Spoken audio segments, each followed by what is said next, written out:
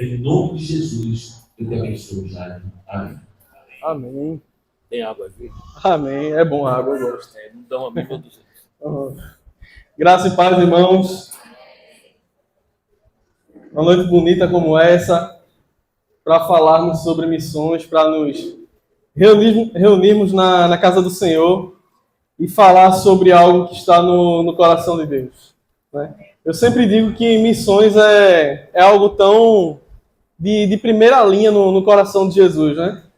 E eu quero introduzir essa pregação de hoje falando uma observação aqui para você. Quero que você se lembre daquele momento em que Jesus esteve diante dos seus discípulos antes de subir aos céus. E ele poderia falar qualquer coisa ali, na verdade. Concorda comigo que ele, sendo Deus ali encarnado, com toda a autoridade nos céus e na terra, tudo sob o domínio dele, ele poderia falar qualquer coisa que ele quisesse. Qualquer coisa que estivesse no seu coração, ele tinha total, pleno e completo direito de falar. E quando a gente olha, o que é que está no coração de Jesus para falar naquele momento?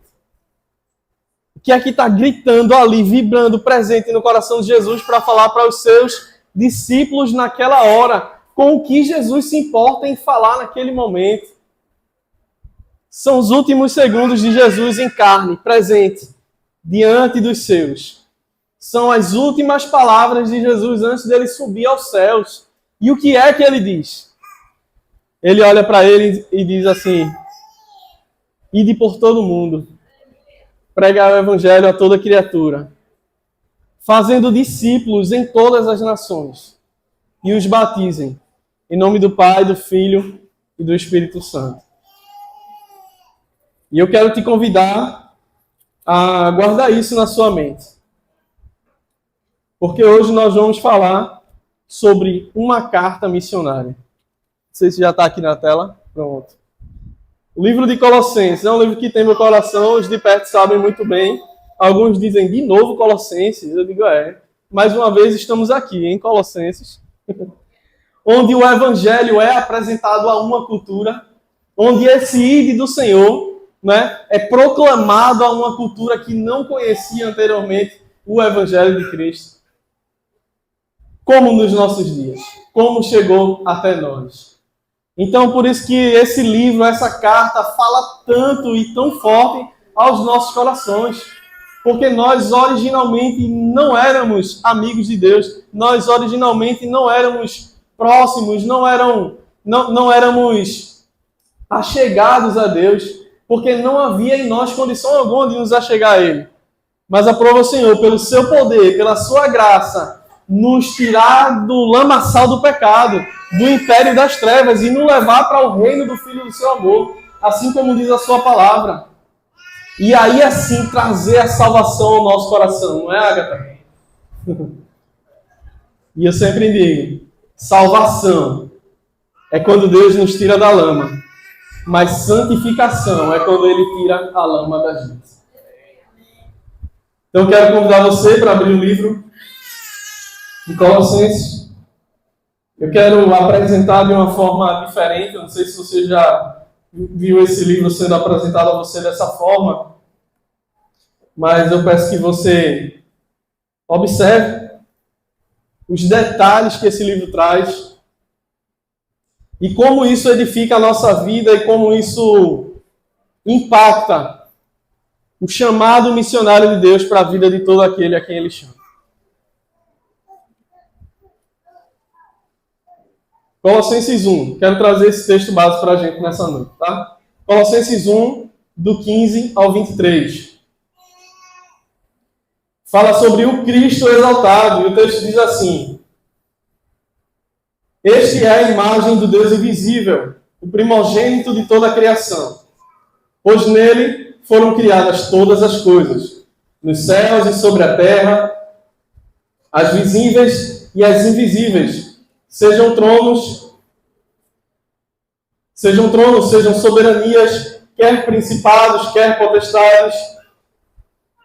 Tudo foi criado por meio dele e para ele. Ele é antes de todas as coisas. Nele tudo subsiste. Ele é a cabeça do corpo, da igreja.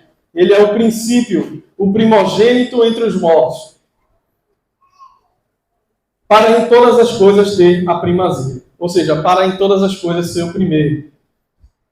Porque aprove a Deus que nele residisse toda a plenitude, e que, havendo feito a paz pelo seu sangue na cruz, por meio dele, reconciliasse consigo mesmo todas as coisas, quer sobre a terra, quer nos céus.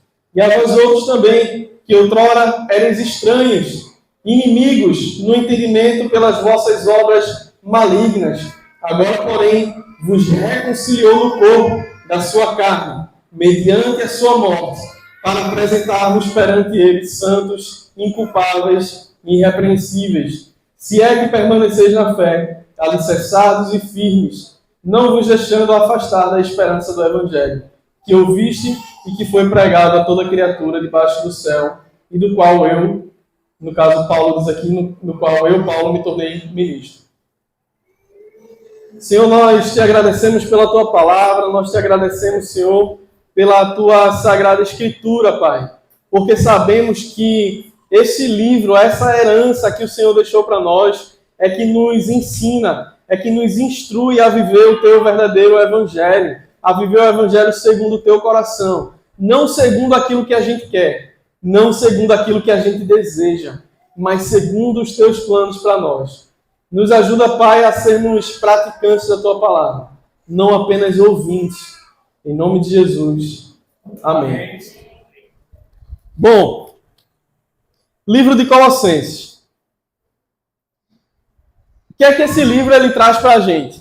Como Paulo descreveu nesse texto aqui, nele, olha, vocês eram antes, né? Outrora, vocês eram errantes, como inimigos de Deus, né? Por isso que vocês tinham tanta dificuldade de entender essas coisas que, na verdade, elas tratam da eternidade. Porque os seus olhos, as suas mentes estavam presas em coisas passageiras. O resumo da ópera é isso que Paulo está querendo dizer à igreja aqui em Colossos. E é por isso que Paulo escreve essa carta e ele escolhe como o assunto central dessa carta falar sobre a supremacia e a suficiência plena de Cristo. Por que antes de tudo, por que antes de qualquer coisa falar sobre a supremacia e a suficiência plena de Cristo? Porque nós precisamos entender que ele é um ser supremo. A gente sabe disso, né? Se formos parados na rua por alguém, algum desconhecido, e perguntar, você concorda que Deus é supremo? Todo mundo vai dizer que sim, né? Mas e antes de tomar as nossas decisões, será que nós sabemos que ele é supremo? Antes de fazermos as nossas escolhas, será que o nosso coração e a nossa mente estão alinhados nesse conhecimento de que ele é supremo? Porque, entenda, antes éramos inimigos de Deus, é isso que Paulo está dizendo. Essa não é a realidade minha e sua? Ou você já nasceu crente? Quem aqui já nasceu crente? Levanta a mão. Ninguém, né? É por isso que esse livro dá tanta pancada na gente, eu vou lhe dizer, viu? Cada dia que eu abro, eu levo uma pizza diferente. Porque ele fala diretamente ao coração daqueles que antes eram inimigos de Deus, que antes estavam alheios a essa verdade do Evangelho. E para isso nós precisamos entender também o que é o Evangelho. Evangelho, em sua tradução do latim, ele significa uma boa notícia. O Evangelho, ele é uma notícia. Você tem na sua Bíblia um trabalho que está ali alinhado, um trabalho jornalístico em 4 livros. O Novo Testamento ele já começa com um trabalho jornalístico de altíssimo padrão, escrito com detalhes, com conclusões, com lições, com apresentações culturais daquela época, da pessoa de Cristo e da sua obra. Quais são esses livros? Mateus, Marcos, Lucas e João. Os evangelhos sinóticos, né, que se chama na teologia. Eles são um trabalho de apresentação do evangelho. Mas aqui Paulo está falando para uma igreja que conhece esses livros. Adivinha? A gente conhece, não conhece? Mas Paulo está dizendo assim, ó. Além de conhecer a história, vocês precisam conhecer mais de quem ele é. Nós precisamos conhecer mais de quem ele é. Além de abrir o livro e ler. Além de conhecer todas as historinhas lá do Antigo Testamento, porque a gente cresceu na igreja, né? A gente estava lá na salinha quando a tia contou a história de Davi, quando contou a história de Moisés, quando o mar abriu. A gente sabe até quantos animais Moisés colocou na arca, né? Ah, tá ligado aí, ó. Tá vendo? Moisés não, hein? Tá vendo? A gente sabe dos detalhes. É difícil enganar a gente que lê. Apesar que eu estava num torta na cara uma vez e perguntaram o nome do irmão de Caim e a pessoa não soube responder, eu vou torta na cara. Eu tive vontade de colocar outra torta, o irmão de Caim, não. Pelo amor de Deus. Mas nós parecemos ser, até às vezes, profissionais nesse negócio de ser crente. A gente coloca o fardamento do domingo, a gente vem aqui, bate o cartão, senta, cheguei aqui na hora, levantei, bateu palma, Joãozinho, o rap foi massa.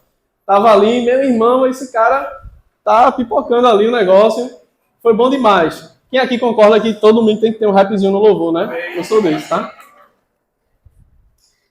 E a gente parece ser um crente profissional, a gente vem, a gente bate o cartão, a gente sabe o versículo, a gente sabe o louvor, a gente canta o hino, a gente levanta na hora da palavra e tal. Mas Paulo está dizendo aqui, ó, pelo amor de Deus, antes de qualquer coisa, entenda a supremacia e a suficiência plena de Cristo. A supremacia, Ele é quem comanda, a minha vida não é minha, é dele. O que eu faço com o meu corpo não são as minhas regras, é a regra dele. Como eu penso a vida não é segundo o que eu vivi, não é segundo as minhas experiências, é segundo o que Ele revela para mim na palavra. Ele é supremo. E além disso, suficiência plena de Cristo. John Piper disse certa vez, né, que nós glorificamos a Deus quando nós estamos plenamente satisfeitos nele. Quem aguenta um crente plenamente satisfeito em Deus? Quem aguenta? Se for crente, vai ficar mais crente ainda. Se não for, no mínimo vai ter vontade de ser. Vai pelo menos considerar algum dia na vida ser crente. A coisa mais missionária que você pode fazer na sua... Quase que eu derrubo a água aqui, tá? A coisa mais missionária que você pode fazer na sua vida é buscar a satisfação em Deus. Porque na satisfação nele, na satisfação plena em Cristo, até sem falar, você prega. Com a sua vida você prega. Comprando pão na padaria, as pessoas estão querendo saber o que é que você tem. Todo mundo pulando a catraca, você bota o vem e passa na catraca do ônibus. E as pessoas querem saber, gente, como assim? Tá todo mundo fazendo de um jeito e ele só faz de outro. Ela só faz de outro. Todo mundo assina aquele documento errado e ele ou ela não quer. Todo mundo coloca e faz isso, faz aquele trambique, aquele cambalacho e ele não faz.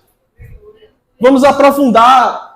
Né? O cônjuge morreu, faleceu, o pai, a mãe, a doença chegou, o emprego se foi. Todas essas coisas acontecem para todos. Mas aqueles que temem ao Senhor sabem que Ele é supremo. E entendem que a suficiência plena está em quem? Em Cristo. Vamos começar assim. Vamos seguir.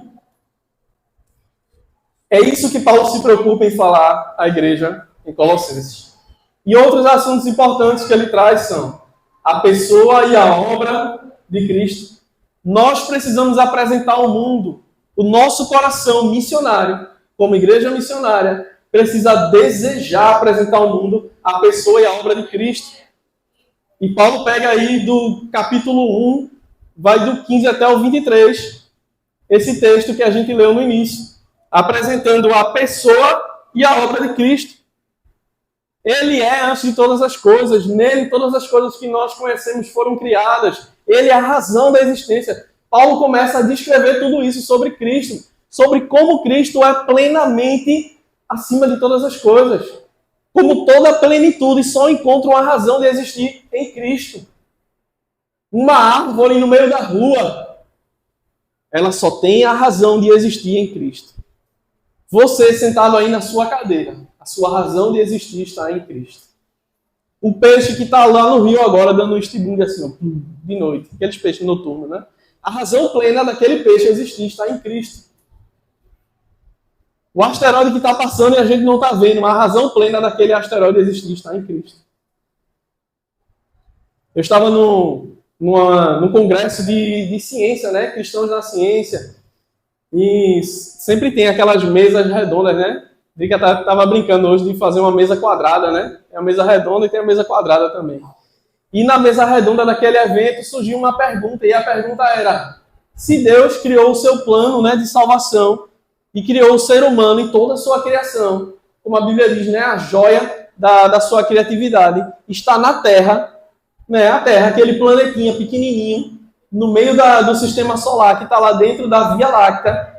Por quê? Aquele pontinho lá, sendo que existem outras milhões de galáxias ao redor. Por quê? Qual a razão disso?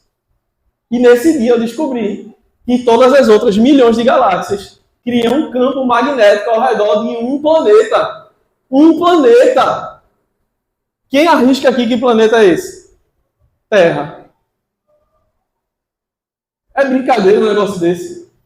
Que arquitetura, que engenharia, colocar milhões de galáxias se movendo lá, a milhões de quilômetros de velocidade, e está lá criando um campo magnético ao redor da Terra. É por isso que todo ano a gente vê notícia: um asteroide, NASA identifica um cometa que vai passar muito perto da Terra. Um asteroide em tantos anos pode se colidir com a Terra. Vocês já viram essas notícias assim, né? Eu estava até falando outra vez. Eu sempre vejo isso, mas nenhum bate. Por quê? Quando chega perto, sempre muda a rota. Sempre, sempre. Então, toda a plenitude, tudo que existe, um teólogo disse uma vez que não há 1 centímetro sequer em toda a existência sobre o qual Jesus não possa dizer: é meu. Tudo é dele, absolutamente tudo é dele. Tudo. Muitas vezes nós nos enganamos, achando que a situação difícil pela qual estamos enfrentando não está sob o domínio de Deus. Achando que as coisas que acontecem à nossa volta não estão sob o pleno domínio de suas mãos. E Paulo sabia que essa era uma realidade naquela igreja, por isso que ele escreve para aquela igreja. E é por isso que isso impacta de forma tão forte o nosso coração, porque nós também somos assim. Nós nos parecemos muito com essa igreja. Éramos antes inimigos de Deus, fomos resgatados por eles. Mas, meu Deus, fomos ensinados durante décadas nesse país, durante tantos anos, a amar as bênçãos do Criador e não conhecê-lo. E é por isso que, depois daí, Paulo segue para falar sobre heresia. E eu não vou entrar em tantos detalhes, senão a gente só termina de 1h. Mas Paulo faz questão de falar sobre os ensinamentos errados que as pessoas estavam colocando ali para aquela igreja. Uma igreja nova, acabou de nascer. Olhe para a história do Brasil, olhe para a história da nossa igreja. Você chega para as pessoas hoje que não são cristãs e pergunta: quais são os grandes nomes da igreja? Eu não quero nem citar aqui para a gente não ficar com vergonha. Mas são uma negação. Negam a palavra, fazem cultos e não abrem a Bíblia. Pelo amor de Deus, que evangelho é esse? Que igreja é essa? E em seguida Paulo fala da união dos cristãos com Cristo. Porque afinal, de que adiantaria para nós conhecer todas essas coisas se a nossa vida não for unida com a dele?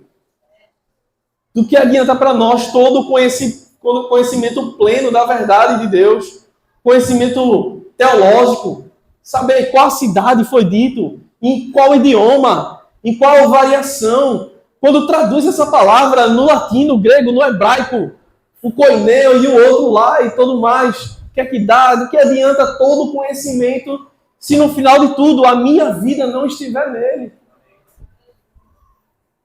Do que adianta eu me esforçar e eu batalhar e eu trabalhar? E vamos lá, nós somos uma igreja missionária, vamos desenvolver igreja, vamos colocar um projeto aqui em Ostracil, em outra comunidade, em outra, e a gente sair fazendo ação social pelo Brasil inteiro, ganhar o sertão, o agreste, a Amazônia, tudo. De nada valerá se nós não estivermos nele. Nada adiantará, nada, não adianta. Todo esforço, toda a carreira, todo o suor derramado, se a sua vida não estiver nele. E em seguida, a igreja em Colossos. Alguns detalhes sobre essa igreja, né? Você pode acompanhar aí já. Cerca de 160 quilômetros a leste de Éfeso. Perceba o avanço da igreja na época, vários trabalhos, várias obras missionárias acontecendo ao mesmo tempo, igrejas sendo plantadas, as churches, né, vamos dizer assim, de hoje em dia. Quem sabe alguns ali não viam como franquias essas igrejas. Quem sabe ali alguns não defendiam suas placas e criavam até certas inimizades de um lugar com o outro. Mas olha que interessante. Existe, no meio de tudo isso, homens tementes e fiéis a Deus. Perceba que no centro, eu quis deixar essa informação para você, que Paulo ele não conhecia pessoalmente os crentes lá daquela igreja. Como é que um livro tão profundo é uma carta de alguém para uma igreja que a pessoa não chega nem a conhecer pessoalmente aquela igreja? Que absurdo. Isso para mim é um absurdo. Eu fico, não é possível não. Parece que ele conhece todo mundo. Não é possível. Mas por quê? Vamos olhar para o nosso quintal. Acabei de falar, né? Quem são os líderes da igreja do Brasil hoje? Mas percebam, quantos crentes fiéis ainda resistem hoje na nossa nação? Quantos crentes fiéis ainda hoje amam a obra missionária? Ainda choram pelas comunidades, pelos córregos, pelo sertão, pelas crianças abandonadas e abusadas e usadas para o tráfico, para o crime, para o assalto. Quantos hoje amam ainda a obra missionária de verdade, com fervor no coração?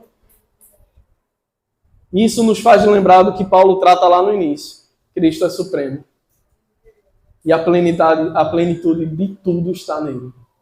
Por isso que, independente do cenário, ele está agindo.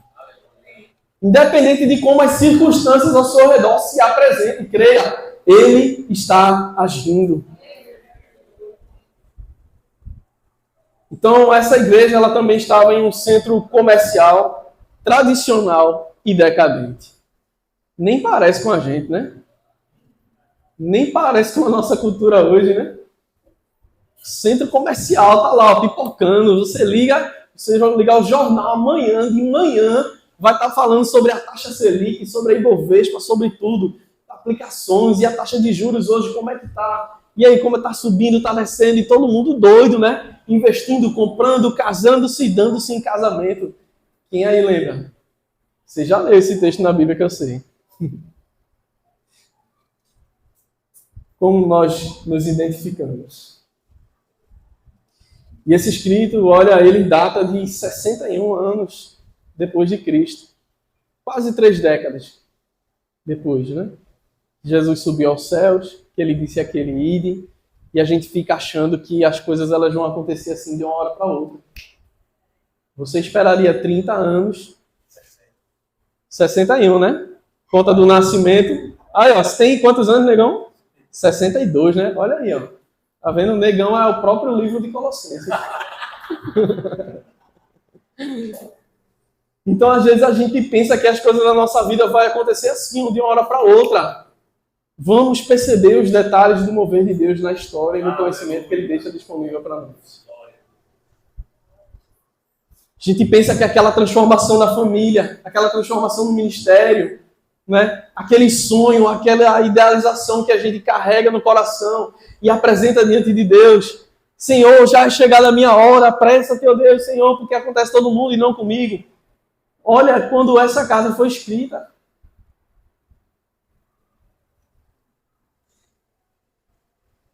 Seguindo Epáfras, olha aí, por isso que eu falo que tem pessoas tementes a Deus, porque era aqui que eu queria chegar.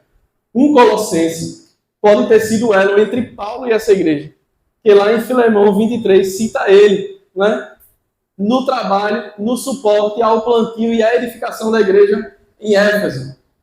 Se eu trocar alguma coisa também, né, pode corrigir, viu? Joga uma bolinha de papel em mim e diz, não, era outra coisa.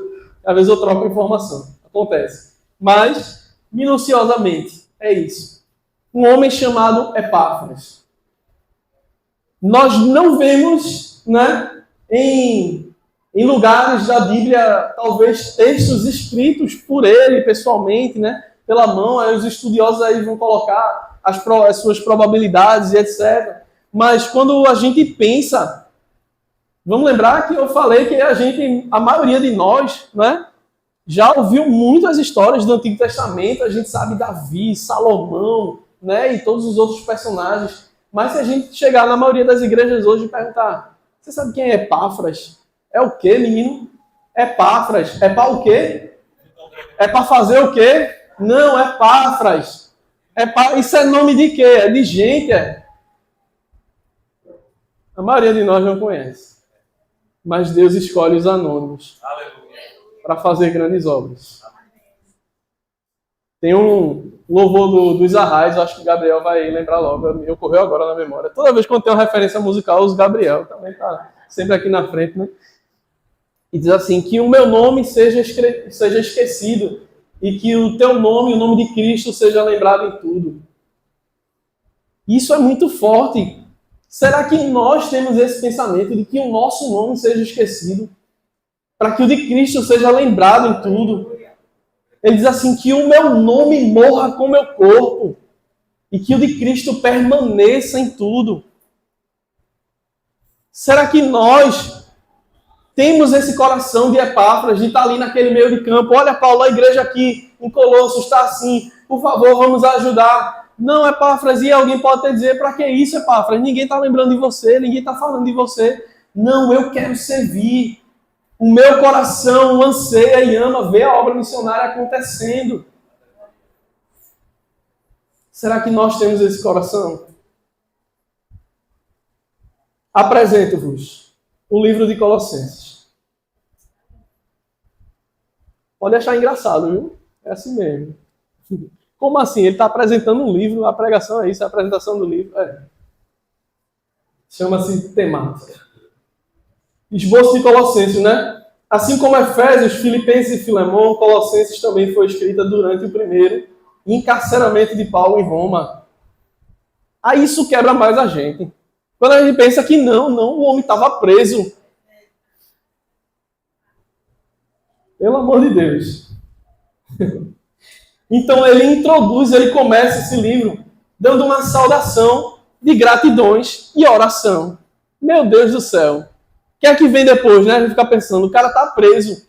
E ele começa o livro apresentando uma oração de gratidão a Deus.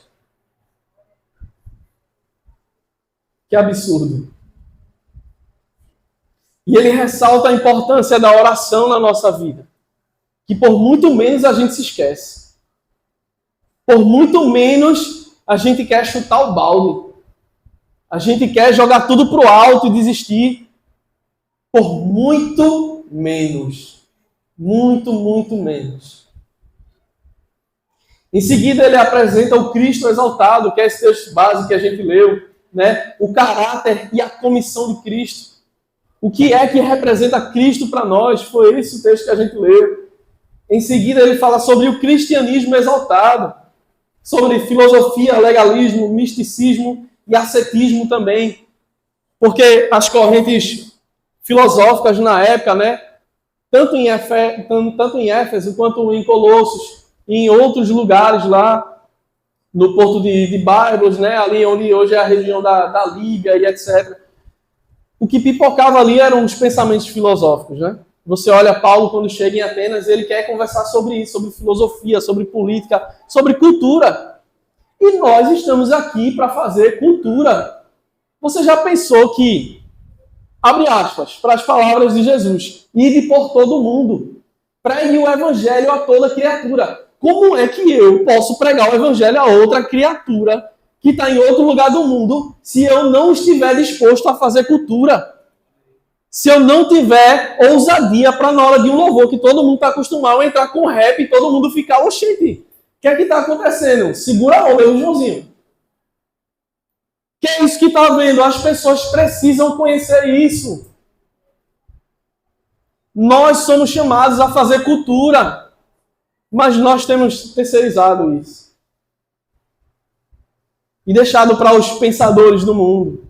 Aqueles que estão conectados às coisas terrenas e passageiras.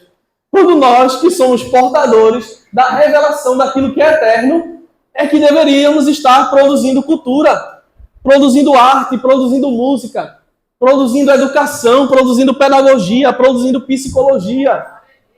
Somos nós, aqueles a quem o Senhor revelou a sua palavra eterna. É por isso que Paulo faz questão de falar isso para aquelas pessoas também, para aquela igreja também. Vocês estão aqui não para ficarem acuados no canto. Olha, vamos fechar aqui um grupinho, vamos fazer uma intercessão, não vamos perder nossos filhos para o mundo, não. O mundo é quem tem que estar preocupado de perder os seus filhos para a igreja. A preocupação dos professores militantes que querem corromper e perverter o ensino bíblico nas universidades deve ser: a gente precisa trabalhar mais, a gente precisa ter mais oratório, a gente precisa ser mais influente, porque o trabalho da igreja está muito forte e nós estamos perdendo. Nós precisamos nos empenhar para que o político chegue na igreja e sinta vergonha. E por mais que alguém ouse chamar para ele estar no púlpito, ele diga: eu não sou digno. Precisamos produzir cultura. Precisamos transformar a realidade à nossa volta. Estamos aqui com a família também que entendeu isso. É muito bom estar na igreja que a gente usa todo mundo como exemplo, né? Ricardo, Érica, Natan e Mari. Que coração para amar essa comunidade. E hoje a gente vê tanta coisa ali acontecendo, mas começou com um passo. Com um café da manhã. Começou com amor. Um amor que faz você se mover em direção ao seu próximo. Um amor que faz você amar a vida do seu próximo como a sua própria vida.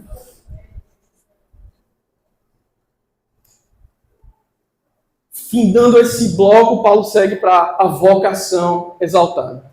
Disseram que eu tinha até meia-noite, né? Hoje é não? É não, é? Eita, me confundi, ó. Vocação exaltada. E ele fala sobre como o nosso comportamento, sobre como o nosso procedimento enquanto cristãos deve ser superior e causar um impacto no mundo. Como o nosso procedimento deve tornar irrelevante as estruturas do mundo. Eleição está chegando daqui a pouco. Vai ter um monte de crente dentro das igrejas se estapeando por causa de política, por causa de ideologia e tal, e porque não sei o quê. A palavra de Deus diz: se o meu povo que se chama pelo meu nome se humilhar, orar, buscar a minha face, se arrepender dos seus maus caminhos, aí então eu, Deus, ouvirei do céu, perdoarei os seus pecados e sararei a sua terra. O problema para o mundo é vida devocional. Só isso. As coisas difíceis e complicadas do mundo se resolvem com coisas simples. Por isso que eu faço questão de dizer para você: como é Fábio? Beba água. Beba água, se hidrate, cuide de si. Cuide do seu corpo, da sua mente, dos seus pensamentos, do seu coração. Descanse, pare de correr. Quem te mandou correr? Deus te mandou correr até ficar a ponto de ficar cansado e longe dele. Foi Deus que te mandou correr. Ah, mas é o meu trabalho. Foi Deus que mandou você trabalhar assim, a tal ponto de não ter mais tempo com Ele. Foi Ele mesmo. Ah, mas é porque eu tenho isso, eu tenho aquilo, e isso e aquilo que você tem. Foi Deus que te deu algo para te afastar dele. Vocação. A vida missionária, ela começa com vocação quando nós entendemos que Deus não deu um assobio pra gente. Orlando Moreira, viu? De que ano é, eu não sei não, mas eu ouvi essa frase dele. O seu chamado não é um assobio, é uma vocação. Ele não assobiou para você do outro lado da rua, não. Ele chamou seu nome. Com o que você é. Com o que você carrega. Falando como você fala, sendo como você é. Ele chamou você pelo nome, ele te conhece. Ele não tem um trabalho para você. Bora desmistificar isso. Quebrar as bolachinhas gospel, né? Que o povo por aí gosta demais. Não venha para a igreja porque você tem que se empenhar na obra e quer ficar assim, né? Relaxadão e todo mundo trabalhando. Igreja não é um lugar para você trabalhar. Igreja é um lugar para você ser família.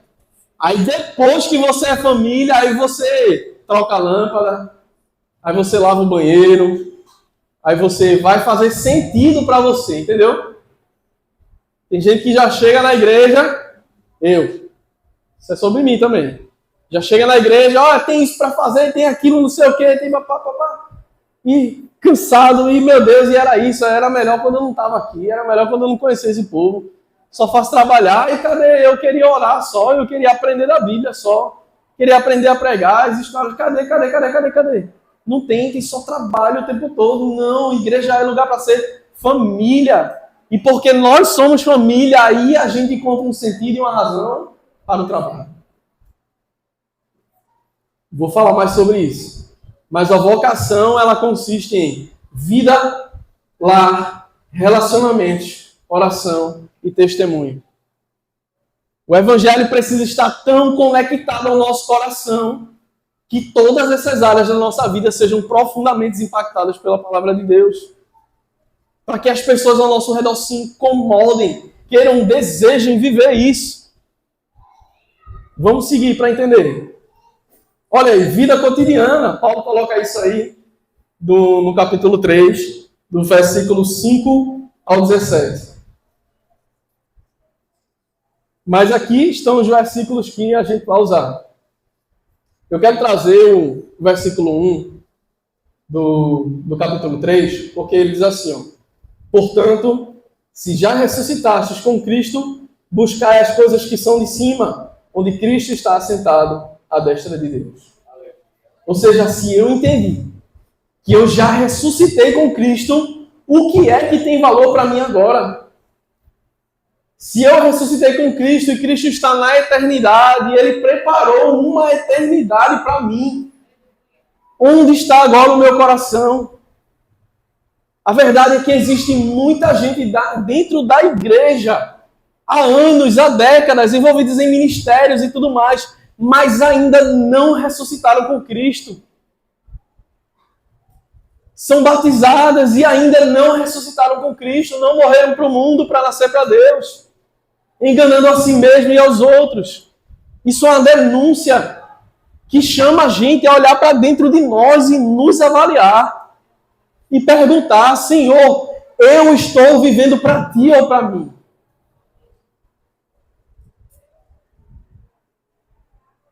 Versículo 13, ele diz assim, ó: suportando-vos uns aos outros, perdoando-vos uns aos outros. Se alguém tiver queixa contra outro, assim como Cristo vos perdoou, assim fazei também vós.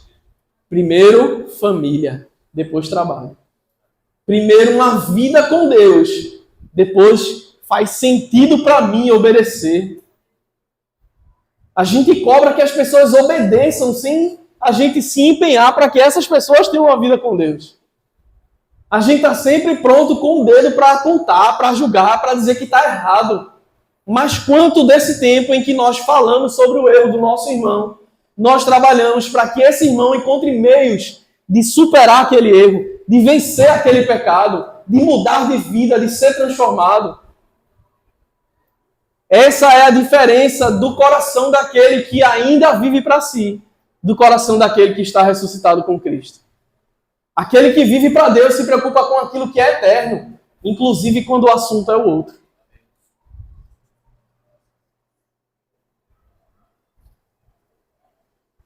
Em seguida, a vocação no lar. Difícil, viu? Suspeito que Paulo deu uma corridinha assim no texto, né? Igual eu falei sobre a heresia aqui. Rapaz, eu não vou dar tanto detalhe não, senão vai ser muita briga esse negócio. Deixa eu explicar de uma forma bem resumida. A vocação no lar.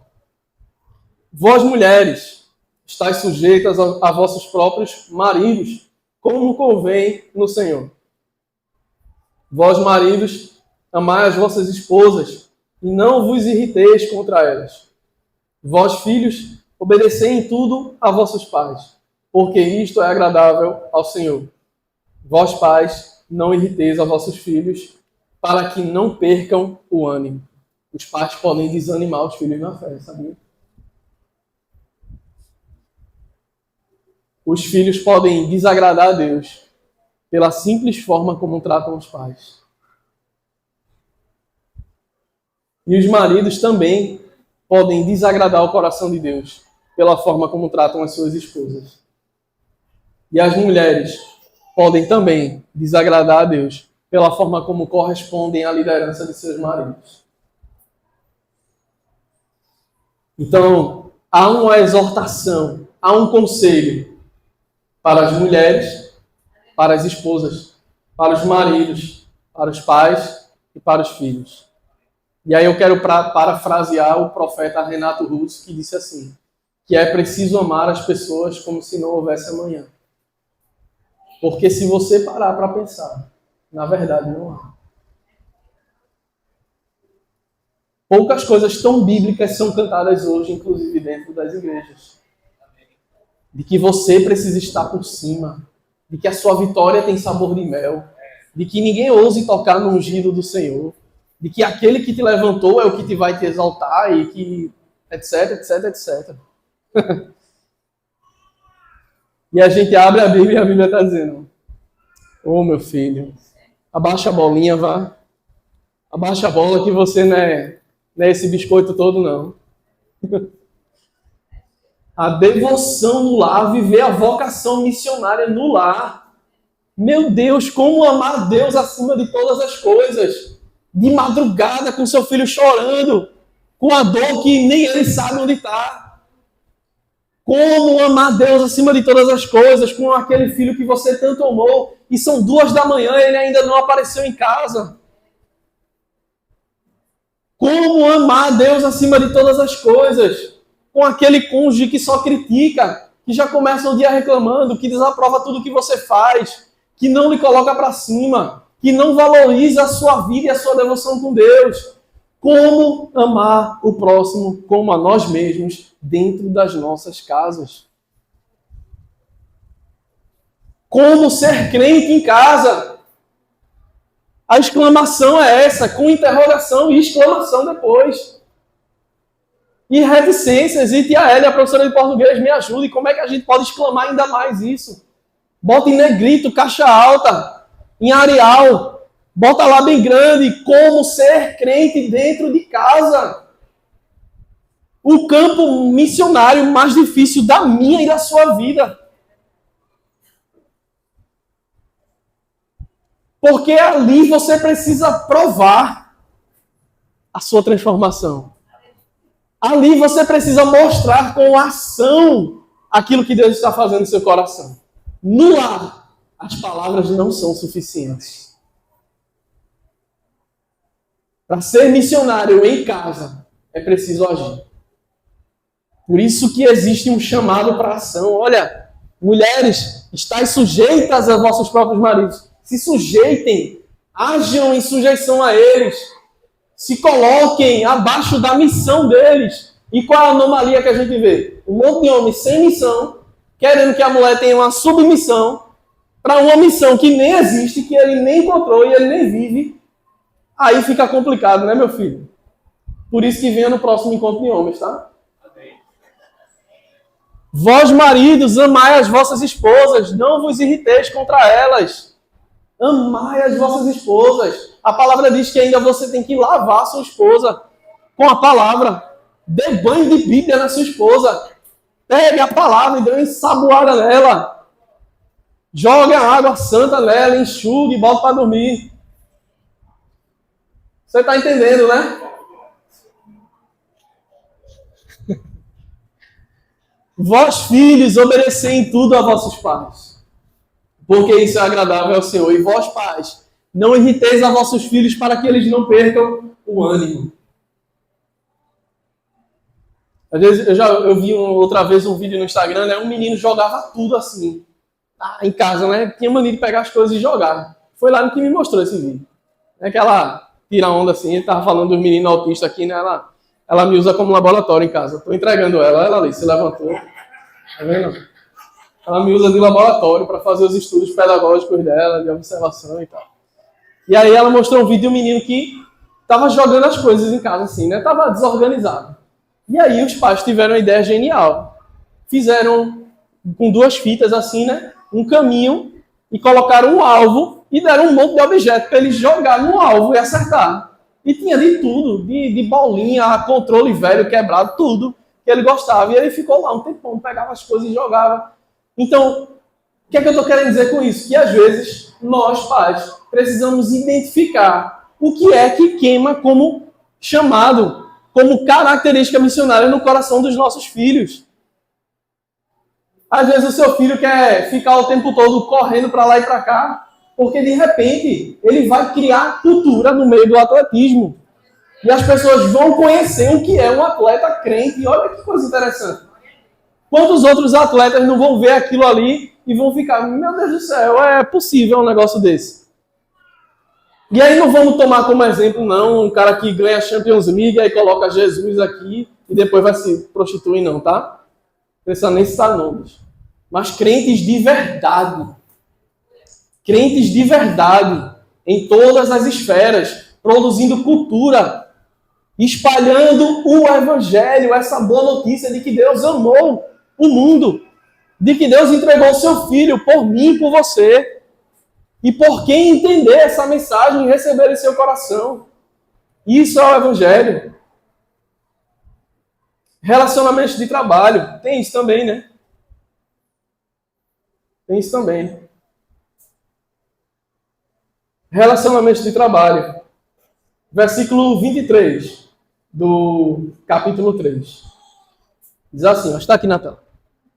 E tudo quanto fizeres, fazer de todo o coração, como ao Senhor, e não aos homens, sabendo que recebereis do Senhor o galardão da herança, porque a Cristo, o Senhor, servis. E essa também é aquela conversa entre a riqueza e a pobreza. Se somos filhos de Deus, tirados do lamaçal do pecado para o reino do Filho do seu amor, o reino do Filho do amor de Deus é pobre? Você mede o quanto Deus te ama pelo que você tem? É difícil essa, né? Difícil, né? Muitos de nós passamos boa parte da nossa vida e da nossa jornada na fé medindo o amor de Deus por nós, por quanto Ele nos dá. Mas deixa eu dizer uma coisa para você. Existem milionários extremamente pobres. E existem pessoas assalariadas extremamente ricas. Sabe qual é a diferença entre os dois? Da mão do rico saem coisas excelentes. Da mão do pobre saem coisas medíocres. Sempre. Independente de quanto tiver na conta. Se você é rico em Cristo, se você entende que a supremacia de Cristo está sobre a sua vida, que a sua vida é suficientemente plena nele, da sua mão sempre sairá aquilo que é excelente.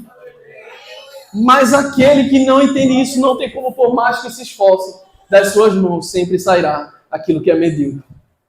Porque pobreza e riqueza não tem a ver com dinheiro, tem a ver com devoção. Oração. Versículo 2 do capítulo 4. Perseverar em oração, velando nela com ação de graças, orando também juntamente por nós, para que Deus nos abra a porta da palavra, a fim de falarmos do mistério de Cristo, pelo qual estou também preso, para que o manifeste, como me convém falar. Mais uma vez, está ele lá, Paulão, preso, e aí ele vai fazer um pedido de oração. Eu mandaria no WhatsApp assim, ó, Messinha, manda por favor aí no grupo da igreja, eu fiquei preso aqui, pede pro pessoal fazer uma corrente de oração para me soltarem, quero voltar para casa. Eu faria isso, esse seria o meu pedido. Mas Paulo, ele pede assim, ó, ele pede que abra uma porta. Você viu aqui? Tá assim na sua Bíblia também ou é só na minha? Na sua tá também, né? Ainda bem, já ia ter que comprar outra Bíblia agora. Ele pede para abrir uma porta. mas é a porta da cadeia? É não, né? Qual é a porta que ele pede para abrir? Para que Deus nos abra a porta da palavra, a fim de falarmos do mistério de Cristo. É isso que importa para nós. Que a gente conheça o Senhor com uma devoção tão forte, tão intensa no nosso coração, que as pessoas ao nosso redor sejam movidas e despertadas a conhecê-lo também. E por fim, testemunhos e conversas. No capítulo 4, versículos 5 e 6, diz assim, andai com sabedoria para com os que estão de fora, remindo o tempo, a vossa palavra seja sempre agradável, temperada com sal, para que saibais como vos convém responder a cada um. Eu estar certo, dependendo de como eu fale, eu posso ficar errado. E lembrando que Paulo está escrevendo isso aqui para uma igreja que está criando a cultura do Evangelho, uma cultura alheia ao Evangelho. Então, quão importante é para a igreja moderar o tom da fala com o mundo. Mas hoje o que a gente vê, só falta as pessoas dizer assim, morte aos não sei o quê, morte aos não sei o quê. Tem uns meio desajustados na igreja que só falta fazer isso. Mas o que Paulo pede aqui é testemunhe com aquilo que você fala. Por mais que as pessoas finjam não se importar, mas elas estão o tempo todo observando aquilo que você fala. Estava compartilhando com o pessoal do Conviver, né? Chegou eu lá, numa empresa católica, todo mundo católico, e agora eu já sei o que é o culto ao Santíssimo Sacramento e tudo mais. Estou por dentro das liturgias, tudo, né? E agora, toda sexta-feira, se criou uma cultura lá de cantar um louvor. Só porque eu mostrei um louvor para o menino lá de Ademar de Campos, que ele disse que era da primeira igreja batista lá de São Martim. E aí agora, quando dá sexta-feira, todo mundo assim, grande é o Senhor. Aí ele começa, colabore com o Ministério Infantil, colabore com missões, tal, não sei o quê. E todo mundo já está entrando nessa de ficar próximo daquilo que é a palavra de Deus. E essa é a hora de aproveitar as conversas, aproveitar os momentos para falar do Evangelho, para falar dessa boa notícia. Independente do lugar onde você esteja, se você chega num lugar e aquele lugar não corresponde à mesma fé que você precisa de sabedoria. É assim que nós criamos cultura no mundo. E por fim, eu quero finalizar com um convite. Tem um convite aqui para você, aqui na tela. Um convite. Colossenses 4:18 diz o seguinte. Paulo, ele faz questão para aquela igreja. E eu queria que você viajasse no tempo comigo agora. Uma breve e rápida viagem no tempo para a gente entender muito bem o peso desse versículo. Uma igreja que Paulo não conhecia. Eu estou falando de nós, não estou falando de Colossenses, tá? Para você ver como parece. Uma igreja que Paulo não conhecia. E ele coloca, saudação de minha mão. Paulo sabia muito bem que aquelas palavras a que ele escrevia iam perdurar por muito. Ele chamava as palavras de Pedro de escritura, e Pedro chamava as palavras dele de escritura. Eles sabiam plenamente que aquilo que eles estavam escrevendo seria a sagrada escritura de Deus. E ele coloca, saudação de minha mão, de Paulo, lembrai-vos das minhas prisões. Um homem que fisicamente está preso, mas espiritualmente está livre. Que esse seja o nosso coração. Essa é a mensagem final desse livro. Independente da situação. Eu não sei se é uma enfermidade, se é uma dívida, se é uma situação adversa.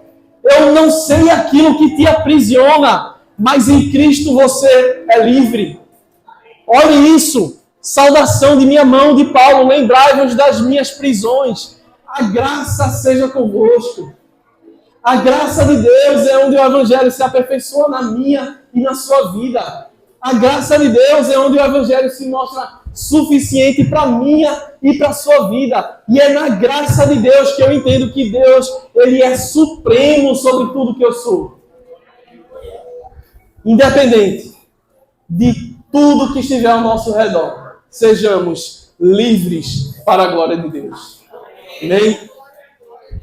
Senhor, nós te agradecemos, Pai, pelo teu amor, pela tua infinita bondade, que nos abraça, que nos alcança, que nos convida à liberdade, Senhor. A liberdade de sermos teus filhos, a liberdade de sermos chamados teus, de não agora fazermos mais partes de uma cultura que é inimiga do teu nome, que é inimiga do teu evangelho, mas agora, pela tua graça, tirados do lamaçal do pecado, transportados para o reino do Filho do seu amor. Agora nós estamos aqui, Pai, recebendo a tua liberdade, recebendo o teu Espírito Santo no nosso coração. Por isso nós te clamamos, Pai, para não sermos apenas uma igreja de domingo, mas de segunda, terça, quarta, quinta, sexta, sábado e por fim domingo também, para oferecer aquilo que estiver preparado em nós por ti, não por nós mesmos, mas pelo Senhor, para que esse ajuntamento seja sempre para a tua glória, Senhor, e que o nosso coração deseje te conhecer e te fazer conhecido por onde nós andarmos, em nome de Jesus. Amém. Água, não. Glória a Deus. Seja abençoado.